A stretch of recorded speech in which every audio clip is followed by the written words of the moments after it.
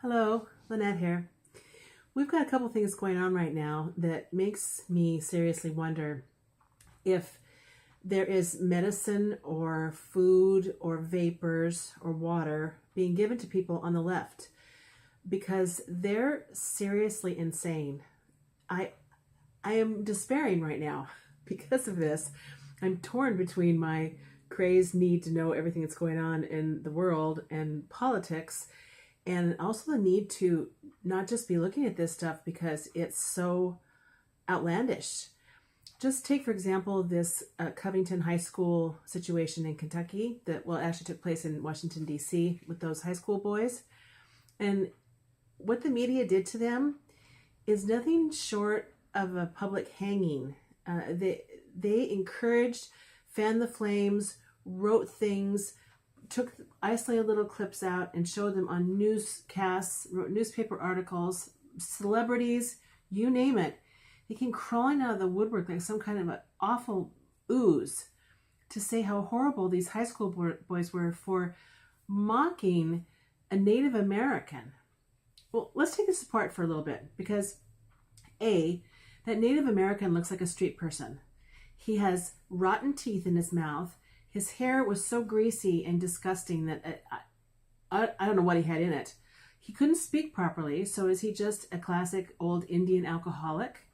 And they called him an elder. Now here in Washington State, we have a lot of Indian tribes. They are all over the state. You can't pronounce half of our cities and rivers because they're Indian names.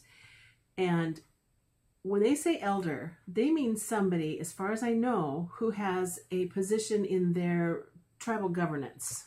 It doesn't mean just some old dude who happens to be an Indian. So this use of the word elder, I think, is incorrect, but it's supposed to make us think that he's supposed to be given veneration just because he's old. Sorry. In my world, that doesn't happen. I give respect to elderly people, but it doesn't mean that we're supposed to worship them and just think, even though they look like a complete homeless person who's a meth addict, which is what this guy looks like, as far as I'm concerned, I'm supposed to respect him.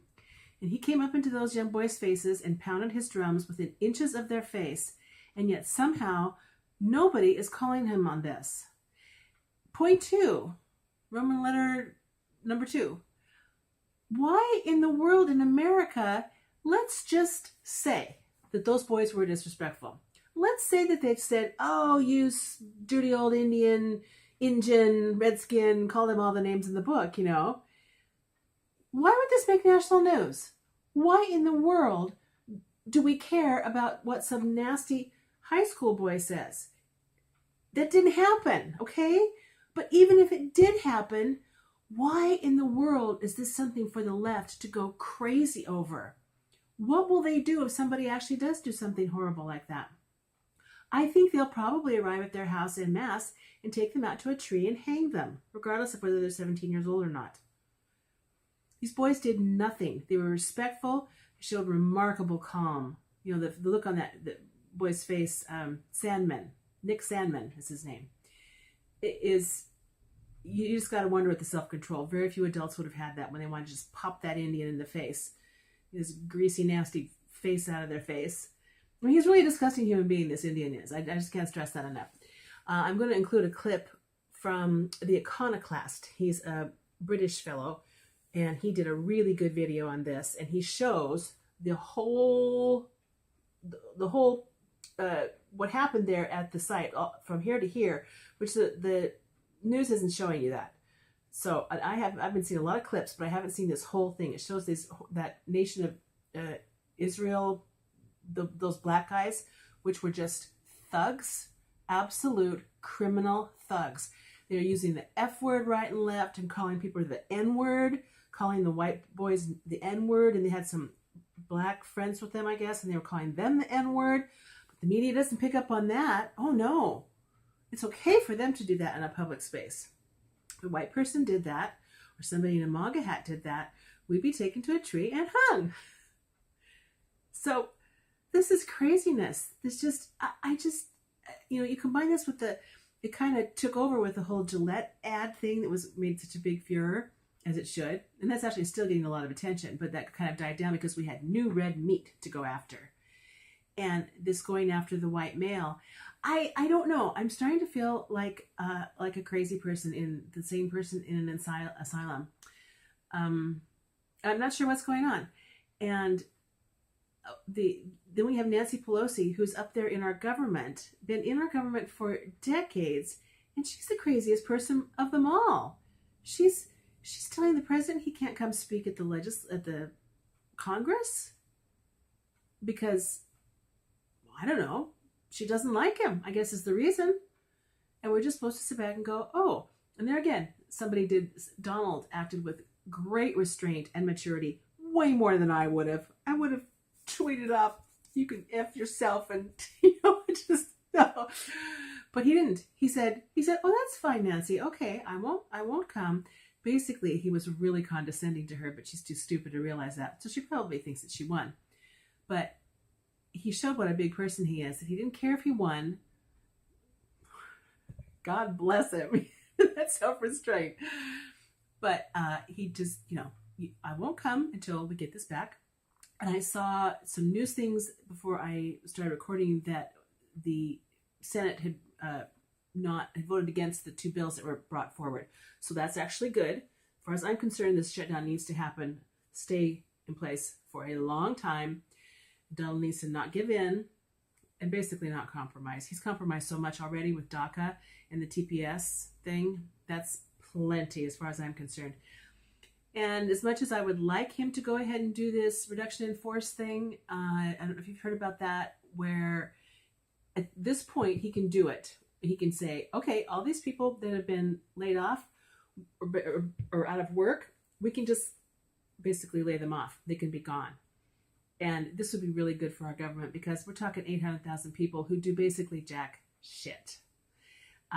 There was a letter written to somebody, I'm sorry, I don't remember who it was, but they claimed to be an inner circle Trump person, like in the White House. They couldn't give their name just because it would have looked very bad for them. But they said, if Trump does this reduction in force, RAF, then we will get rid of people who actively, most of them, a huge proportion of these 800,000 people are actively working against the Trump administration. They are actively trying to slow things down, to throw monkey wrenches into the business, and to lie and finagle and do everything deceitful they can so that his agenda doesn't get out there. And let's just say that that's true of half of them, which is probably the case. That's still 400,000 people in our government. And so, yes, go out in the real world and find a job, because it's impossible to fire somebody in the government. Everybody knows that. Since I was a little girl, my grandma worked for HUD. She retired from HUD. And she had stories. She has stories about co-workers and other people in the government that she says, you can't fire them. They work for the government, so they're there forever, and they're just losers. Brother-in-law, same thing. He worked for NOAA. Stories he'd come home and tell, oh my God. If you worked in the private sector, you would just be horrified to hear what was going on in a parallel universe compared to what you were doing. We've known this for decades. So it's a great way to fire him. Start fresh. Get all the department heads and say, now instead of 100 people in your office, you get 5. Okay?